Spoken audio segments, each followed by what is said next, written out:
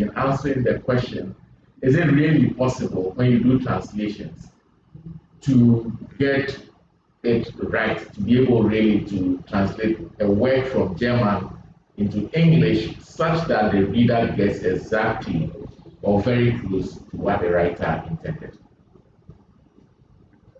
Well, first of all, I can well understand your sentiment want to learn a foreign language because you love translations so much. The same for me. The point for many years learning Polish because I admire the modern Polish classics like Czesław Miłosz and speaking now that those modern poets, but so far I haven't made any progress at all in learning Polish. On the translations of Polish poetry into German. But thanks first of all for that lovely story about your school days and that you pointed out about translation. I personally don't translate from German to English and from English to German. I don't translate both ways. I do admire translators who can translate from Arabic to English and vice versa. I can't do that. My English is not perfect. I get along very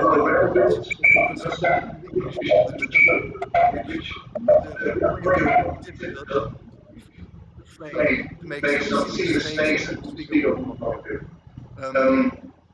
What I do is I translate from English into German, translated both like James Tate, Simon Armitage,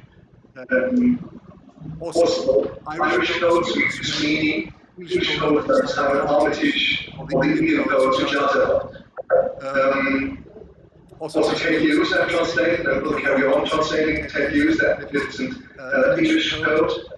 And for me, it's always been something I've done alongside writing my own poetry. It was always, as it were, two sides of the same coin. Writing poetry and translating poetry. So many say to translate poetry of poets I admire in the English language, firstly because I want my children because to see the beauty of a poet like us or translate. So to a language get visible in your own mother tongue. But then, for me, as someone writing poems in German, it has always been a way of learning, a source of knowledge. Obviously, you never need a text or a poem order than on the day we should try to translate that poem to your mother tongue. You have to read every nuance of the poem, and you have to gather every aspect, every formal aspect, every content there may be, every allusion, every idiom. You have to completely construct the poem in English in order to make the most perfect version of it in your mother tongue. And while doing that, that's the experience.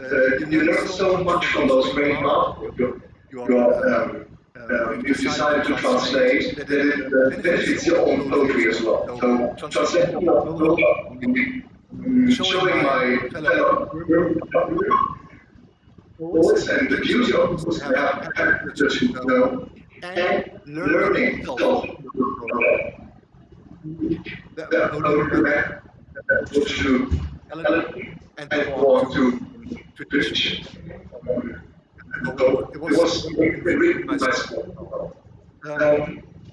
Contrary to many other poets, I do think that a perfect translation of a poem is possible. And I don't agree at all with that awesome statement that poetry is what's lost in translation. I think the famous Italian saying, we mentioned that traditore is due to the fact that it just sounds so beautiful. I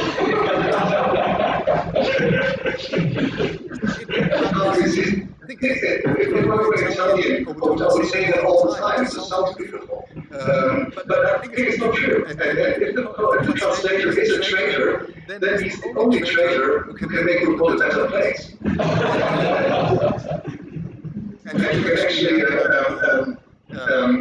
arrange a beautiful treaty, or act in a politically wise way. So if he is a translator or she is a traitor, we do need those traitors a lot.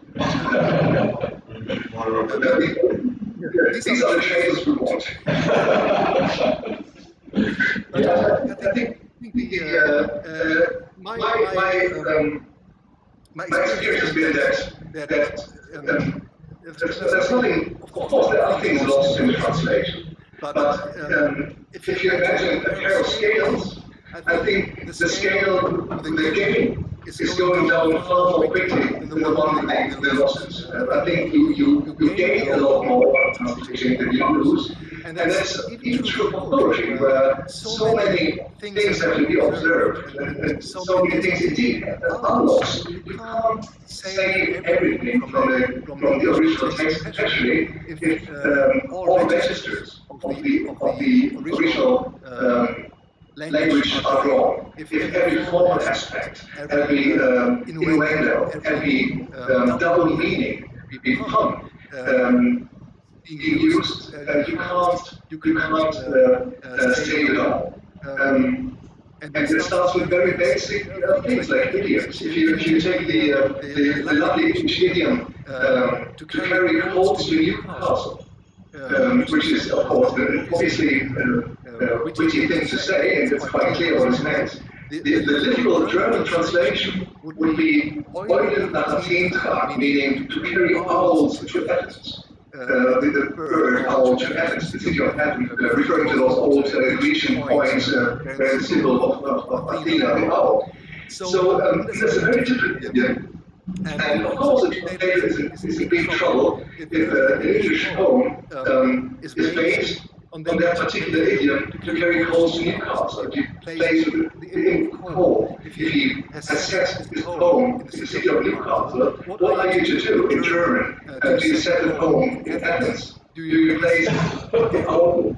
Do you replace the owl by a raven, perhaps? So at least the princess is there in a way. What do you do? It seems like an impossible thing to do, but in my experience, there's always a good solution to give you a near perfect impression of what's happening in the original language. And what's more, a lot of times you add something to the original poem. I think that's the main thing I want to say. The things that are gained, that a poem is transferred in another language, and thus to a language with riches and its own peculiarities, its own beauties, it's a game in itself. Things become possible in the other language that maybe the original poet would have done in the other language but could not do, because those means are not available to the poet. So that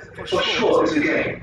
I remember when a poem of mine was translated into English by an American poet, David Kettler, was confronted with the image of those fish, the koi, the beautiful orange carp. And in the German poem, I compared the kois floating in the pond to coins thrown into the pond and glittering water. And David said, well, listen, that metaphor is easy to transfer because it happens koi is the English as well, but Münze is a coin in English. So in fact, the fish is in the coin already. And that's beautiful. And I would wish to be able to do that in German, to have the whole image in one word, but that was only possible because David spoke English and translated the poem into English. So there was an additional picture of the poem which would never have been possible in German. Well, what I would like to do, I see that Prof has picked a book. I don't know if it has in it a poem or ever or what would that be? Well, I just want to draw attention to how I got into the business of translation in the first place. I was asked to do translations of the songs of a traditional oral poet from my town. I was already interested in his work, his songs. And what I discovered became part of my agenda as a researcher for the rest of my life. Two things happened. The old man was too ill to sing at that time, sing publicly. And my mother had taken over as a lead singer for the group that he had established. But when I spoke to the old man, I wanted to record the songs. He went over the words for me in a way that amazed me. Then I realized almost immediately that there was a very tight structure to every one of those songs. It was a standard structure, the way we identify a basic structure for, say, a sonnet in the English tradition or Italian tradition. The song will break down into two parts. The first part will be repeated, then the second part will be repeated, then they conclude with the basic part of the first part.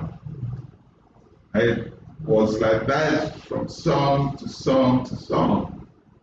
But it will also conclude with the repetition of the last two statements, which carry the thematic thrust of the song. And it was a standard by which all singers will be judged, whether you are composing according to what. So from that point, I realized that poetry, whether in the oral tradition or in the written tradition, has this respect for what? Structure.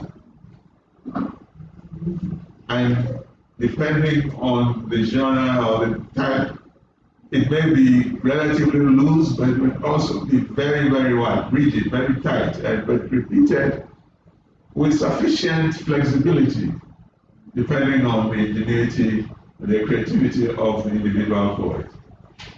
And for me, discovering that through translation of an oral poet's work became a major source of what? Inspiration for me as a poet. That anything I write, I must pay special attention to kind of the structure that I give my poems. Mine may not be in a tradition that has already been established, but whatever it is, the poem has a structure, so that it gave me this idea right from the beginning that in translating a poem, I must pay attention not only to what a general understanding of the words as such, but the way the words are organized. What somebody in another context, the word that I've read, teaching the aesthetic dimensions of the poem, how you can carry those through translation from one language to another. And you may find ready equivalents in some cases. In other ways, you as a translator may have to be inventive as well. I think that's another dimension of translation. Yeah. In poetry, as a translator, you have a certain room to be inventive as well. and challenge the language to give you what? Equivalent forms, where there are no ready, ones that you can resort to. So I just wanted to mention I had to do more and more of that later on in translating a lot more songs from my own tradition into English as part of my research for the master's and for the dissertation, PhD dissertation. But that is something, I'm not sure that most people, when they translate a poem, will automatically be so attentive to those nuances in the structural dimensions, the aesthetic dimensions of the poem. But if you don't do that, then you lose much of the beauty, the power of the poem. Yeah, if there's a question from the audience. Do you have a question? Yes. Okay, so let's just take a quick question and then. Okay, thanks a lot. I think what Prof is saying has been reiterated by ANYIDOHO when he went to Library of Congress. And when translating poems from the local dialects, most translators do not pay attention to the structure. They only look at the meaning, but the structure too has a particular pattern that it follows that they must pay attention to. But my question is that, and it goes to both Prof and then to the Jean, yes. And it has to do with how do they approach the untranslatables when they are translating? Because sometimes it becomes very difficult to translate certain words into other languages. For instance, there have been this argument about the key thing in Chinua Achebe's Things Fall Apart and Ikenga, those kind of words that he uses. And I think in one of Prof's poems, he talks about the poem is actually in English, but is it Jogbesa Lisa or something like that? Jogbesa Lisa. And it becomes very difficult for people to actually interpret what it means. So how, as translators, do you approach these untranslatables when you are translating? Okay, John, I don't know if you were able to hear that, but I couldn't understand the question now, the comments. Yes. So I'll repeat that. And essentially, he's asking, and it's a question to both you and to Prof. He's asking, how do you approach untranslatables?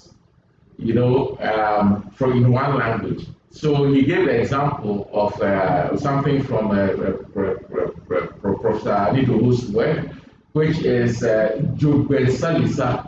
Now, the idea is that it's some concepts and some words just don't carry across into other languages. And so the question was, how do you approach such an untranslatable? And I'll start with you, Prof. If you could address the question. Well, it is possible to see it as untranslatable. And maybe that's why, by the way, that's not my poem, that's Kofi Awunon's poem. Yeah, Songs of Sorrow. The Western has treated me as. Because it is poetry, that particular concept is deeply embedded in every philosophy and cultural history and religion. And you may not find a neat equivalent of it in English. But it is possible to translate it, except that in poetry, it may take 2 lines to translate that one concept. Okay. So that a reader can understand it. It's not as if you can have an English equivalent for it. Jogbesa, that's destiny. Okay. My destiny has treated me thus. And some other person writing, people have used that word, destiny, in place of what? Jogbesa Lisa. But Kofi Awunon chose to retain the original word I then provide a gloss for it at the end of the poem. It's a way of enriching the receiving language with concepts that apparently may not be readily available in that linguistic and cultural domain. That's why through translation, the language gets enriched also through translation. Through the use, the borrowing, some people will say loan words and other things. It's a common linguistic feature, not only in poetry but in general communication. So, the idea of it not being translatable when it comes to poetry, there are different levels of it. So I know that people, instead of using conversation, people will just say, well, destiny, personal destiny, you can add personal. But if you were to take that route, the line becomes what? The one word it never becomes what? A phrase or even a clause or a sentence in English. And it distorts the tightness of structure for the poem. Yeah. You know. So it's, in such a case, it will be a kind of give and take. I mean, you can, the structure gets distorted, but the meaning carries through. So Jean, what's your take on an untranslatable word? What's your take on that? Yeah. Well, I think it's an excellent question, and it's a question that goes to the core of the whole matter. What's an untranslatable term or word? Obviously, there are names and words that are completely unknown in another cultural realm. I assume the easiest solution that many translators would choose would be a footnote. But footnotes are poisonous to poetry, and so a footnote in poem is likely to destroy the whole structure because it disrupts it and it distracts you from the thing itself, which is the poem, and it should be a poem in your mother tongue as well. So it's a good question, and I think it's basically what I say that it always depends, and it's hard to formulate of rules for translating poetry. You can't say it will conjure a word or does not exist in one language, this or that. It all depends. That's the pleasures of translating literature or I think that every poem needs a new set of rules. Every poem builds up a set of rules. You have to decide from line to line and from poem to poem. If you're lucky, I think you have something, your own culture, which is similar to the word of the other language, of the name of the other language. If not, you have to hope that the reader is curious enough to find out for herself. Or you can do insert a footnote, but I have not had not encountered the difficulty that was not in some way solvable. But the question was how do you translate the loops which are instantly clear to the reader of the original poem? How do you explain to a German reader of English we play sunflower, ask sunflower period of time, count the steps, how do you transfer the allusion make an improv in a German poem? You go back to a blue flower of Novales to exchange flowers, possibly. That's a solution. Even though dangerous, because you change the whole of thing. there's something you can do, and for the last result will be footnote, and that always hope for some solution, which at least gives an idea to the reader of my own tongue what is happening in the original language. But there is, I think, also a great temptation in transferring too much. The question is, of course, as several great theorists of translation explain that you can either carry the text to the reader or the reader to the text. You can make the text easier, or use all the means of your own mother tongue, so it's immediately understandable, or you can leave a certain foreignness and strangeness to it, and a difficulty which is in the form of the text and the other culture to thereby enrich your own culture as well, by an added strangeness, which is a beautiful thing, of course. And I think there's a great temptation in making things easy to understand, difficult terms or words easier to digest. And maybe sometimes it's the best solution possibly to leave the difficulty and the hard to understand term in it, and thus leave its magic to it. It's a great temptation to just transparent and something very foreign and beautiful into your own daily experience. A friend of mine, a Scottish poet, called a big poem in which this is not a difficult term. From insects appear, which in English are called silverfish, in German as well, silverfish. It's fine, you lift on the carpet and they are silvery and waving their tails, and they vanish in some floorboard. And he told me that poem had been translated into Portuguese. To listen to read the poem and met the translator for the first time, and both of them were sitting on stage. And all there, of course,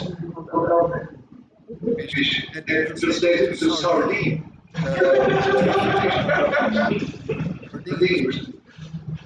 Which of course is very popular in Portugal, but it gave the whole poem a translation.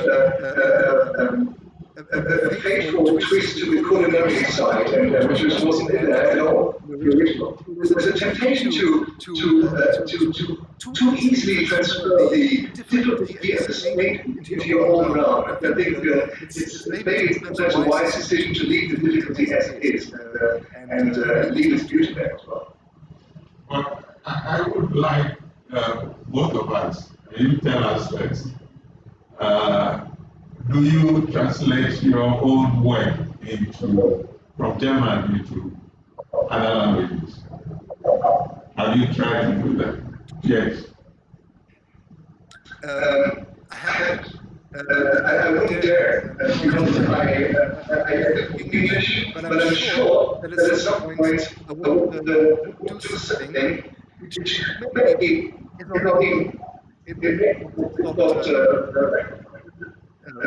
a grammatical mistake, but I'm sure at some point I will do something when my native speaker or something in London or elsewhere will say, well, it's not exactly wrong, but we couldn't say it.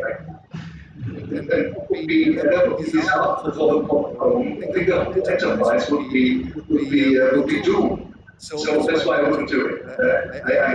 I depend on people who didn't know what register to choose, maybe to add some Yorkshire dialect, even if that seems the right way to do, which I could not do. And what I have done is I've helped translators who don't speak German that well, and who don't even speak a word of German, even them versions of what's called I've prepared interlineary word-for-word translations where I explain exactly what's going on in the German form by transferring words and idiom into English and filling a request we made for. We're to some historical event in Germany is involved with poem. Some that, but poems. I know poets who do that. Well, perfect in both languages. I like that a lot. But I'm not perfect enough in English, so I wouldn't dare. It insults me speak of English. I better translate my own. Yes, please go on. You are one of the Yes, powerful and maybe captive. You see, for me, the translation, the challenges are different. If I'm translating somebody's poem, whether from Ewe into English or from English into Ewe. But when it is my own work, and this is important, it depends on whether I'm translating from English into Ewe or from Ewe into English. On the whole, what I've done so far, when I turned to the translation of my own poems, I started with poems I had originally written and published in English. So you have this. And then when I tried to do these poems in Ewe, and I didn't publish them until just now. Initially, I recorded the translations and put them on a CD. And they have circulated as recorded poems for several years. It is only this week that those poems are appearing in print. But they were originally published in 1984. And they are now appearing for the first time in Ewe, with an important difference, that the Ewe versions, and I didn't approach them strictly as translation exercises, for one reason. Many of those poems, people who read them in their original English could already hear the Ewe in them. So I've developed a whole course in which I argue that much of what many of us do as African writers who come using English or French, much of what we are doing can be described as a process of bilingual creative writing. You are writing in English or French, drawing heavily on your own original language, with its cultural nuances, linguistic nuances, and whatever. So already there is a certain level of translation going on there. So when I come now to write a poem which I had originally written in English, I come now to write it in Ewe. I don't approach it as a strict exercise in translation. I give myself a full license to explore the resources of the Ewe culture and language, and enrich it, embellish it in ways that I can never do with the English version. And so many of them become much more intensely rhythmic, lyrical, and the imagery is so much richer and more powerful. I tried once to do it the other way around. A poem I had originally composed in Ewe, I tried to translate it into English. It came out reasonably okay, but you can't say this is a good poem from me in English. I was too it was a little bit too much mechanical. Stone is heavy. Salt is heavy. The anvil is heavy. But it is on the day of the death of the sea turtle that the pallbearer's neck sinks into what? The head rather sinks into the shoulders. That is the beginning of the English version. But in Ewe, so the idea of heaviness dominates.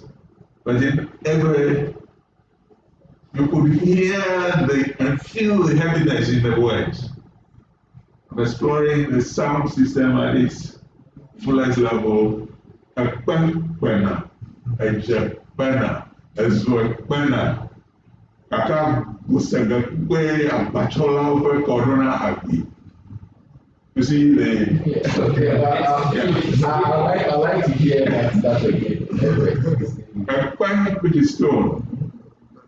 A penna, a jet, which is salt, penna, a zoo anvil is heavy, a penna, a jet, penna, a zoo penna, a cat, a busega, a pachola over corona. The word, every word for the sea turtle carries this heavy burden of weight. A busega. I have to admit that the English version is it doesn't match because what I hear from in terms of the rhythm and well, I guess it's also because I'm quite used to hearing the Ewe language, and so I get that feeling as you said, but. So I'm sorry, but the English translation does not match for me. The Ewe, I prefer the Ewe. But what is important here is that poems I had originally written, published in English, which people have enjoyed and still enjoy. Once I was able to redo them in Ewe, not approaching them as strict exercises in translation, but allowing myself the freedom to explore the full resources of the Ewe I know, which is my native tongue. They are so much richer as poems, composed compared to anything. And then those I've written in Ewe, I dare not try to translate them into English. I said, Ghananya. Ghana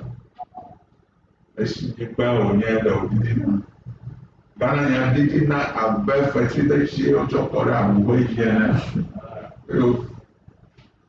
So the title itself, Ghana, if I say, can you translate it into English? I can find an exact equivalence for it in Tree. Ghana Sam.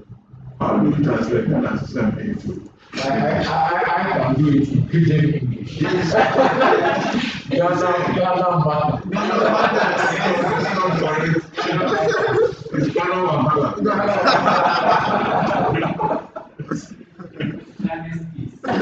We must respect each language for its own authentic resources. I understand that there are levels at which you can carry, literary forms and other forms of language across into. Sometimes some translations are more beautiful than the original.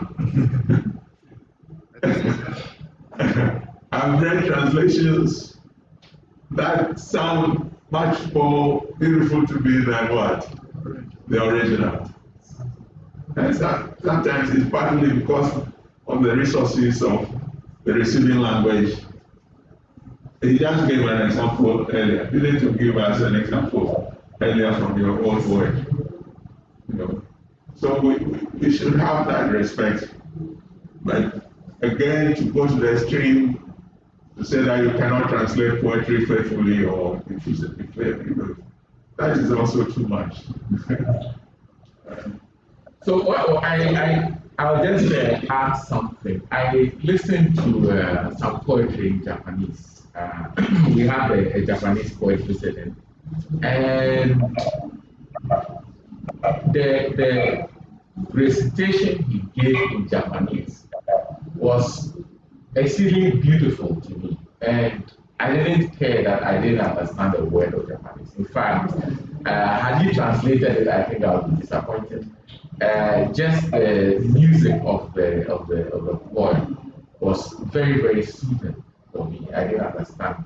And I would want to hear it in a different language. Now, whilst we are on this, Jean, we've heard just, I think it was to emphasize a point that Prof. ANYIDOHO gave us, that those two pieces. I don't know if by any chance you have something, hopefully in German, that is short and you could also maybe share with us. I know I'm putting you on the spot, but it would be really lovely to hear something in German on the day we are discussing translations. I'm afraid I don't have it. Yeah. You know, The books, I'm not in Berlin at the moment, I'm in the countryside, somewhere deep in my suitcase, there must be something, but I can't reach it at the moment. Sure, and I apologize for this. I think it was Elnathan who was asked one day, okay, so you're a writer, do you have anything you could read for us? I think it was a dinner party or something. I said, well, would you ask a doctor if he was carrying a stethoscope around? So, yeah, I guess so. So, yeah, pardon me for putting you on the spot there. But, yeah, I think that we can take If you want to hear some German, I can go to the beginning of the poem about the most famous album, in memory pain, and stuff like that. An jedem Tag im Daumen steht bei dem jungen Augen der Himmel, die stille, leiche Liebe in meinem Arm wie einen holden Traum. Und über uns im blauen Sonnenhimmel ging eine Wolke, die ich lange sah. Sie war sehr weiß und ungeheuer oben, und als ich aufsah, war sie nicht mehr da. And it goes on for some more extent. Some classical German, or some more classical German poetry, some verses at least. Well, thank you for that. I think it really completes the conversation held in English about translations. Of course, I can't do that.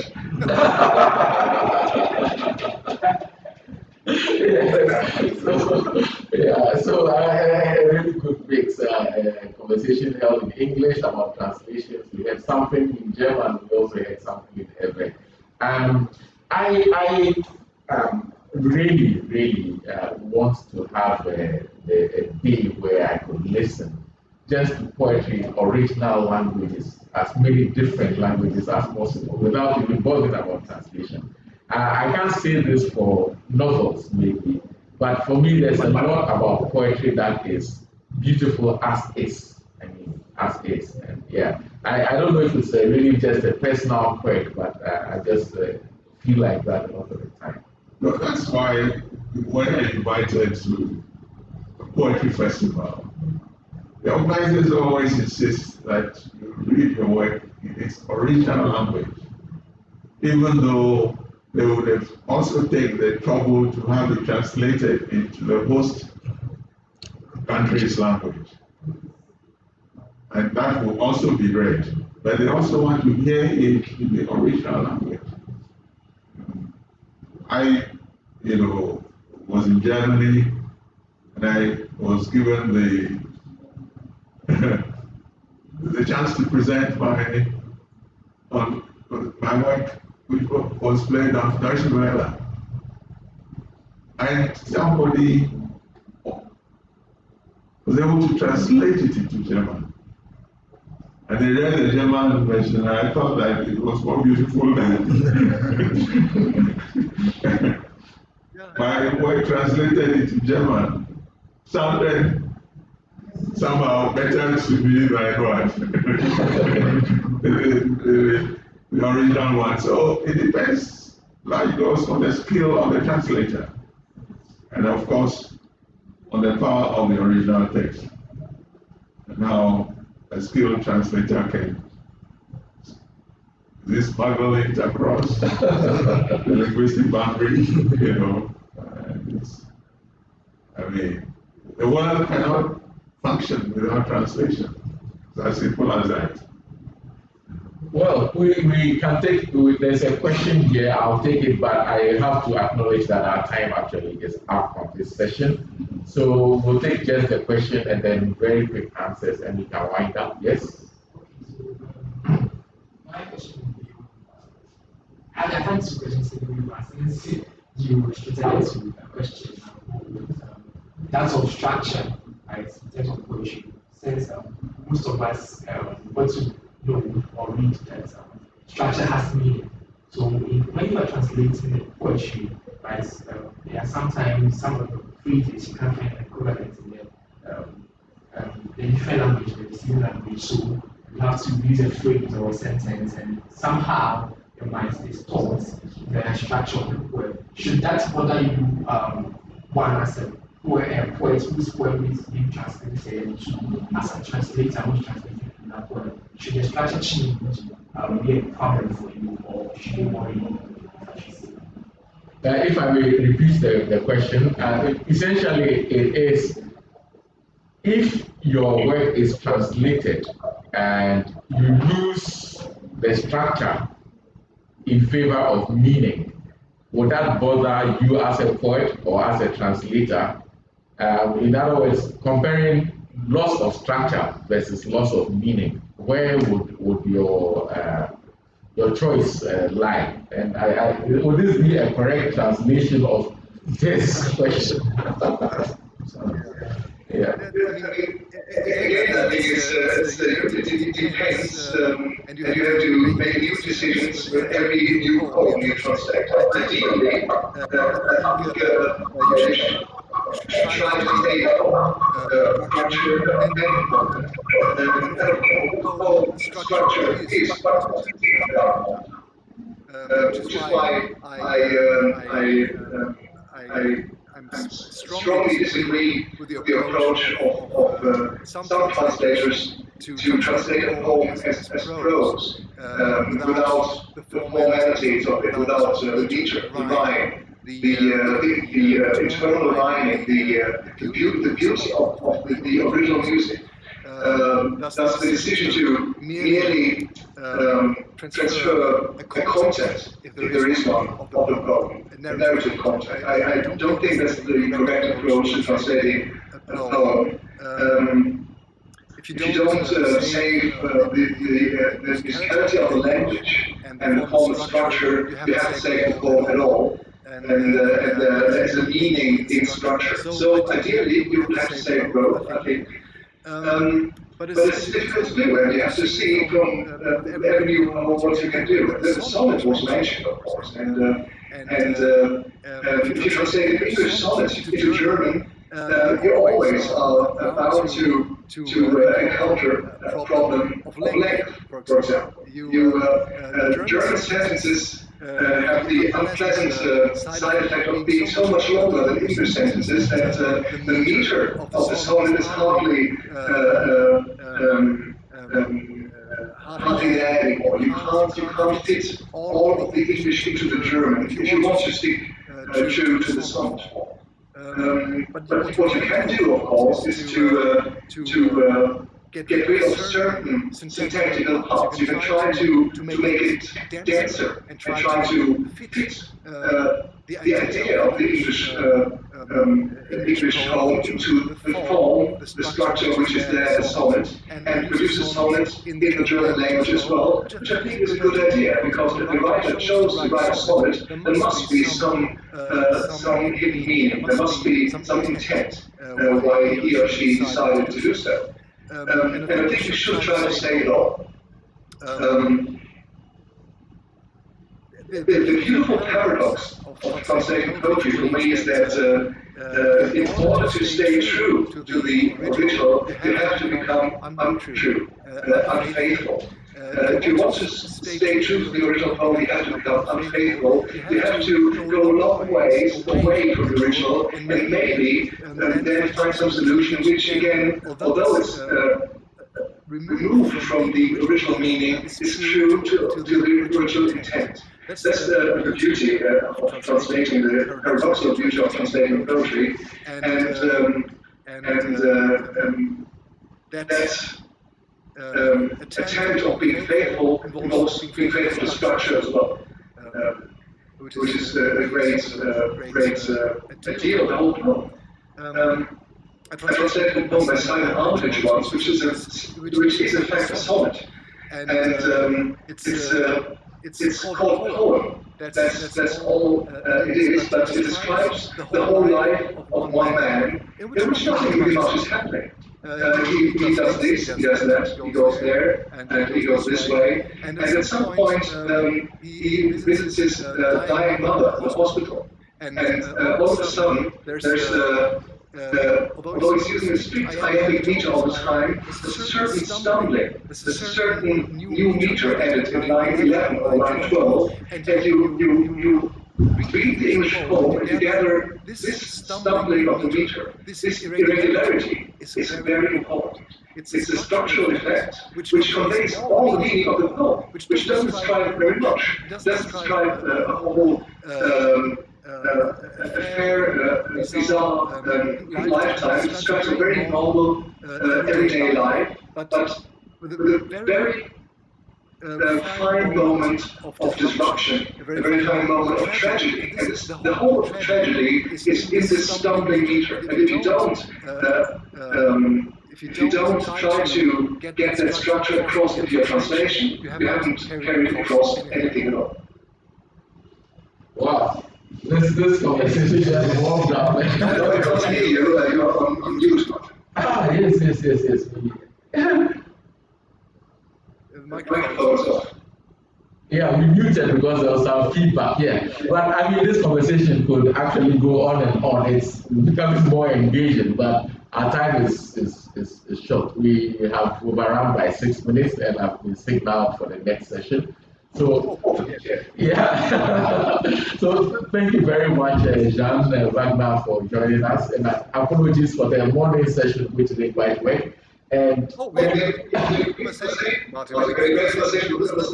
yeah.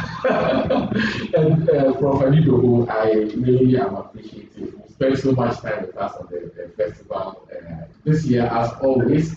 And it's a great pleasure to talk to you once again. Well, thank you very much for joining us. Okay. Thank you for having me. Bye.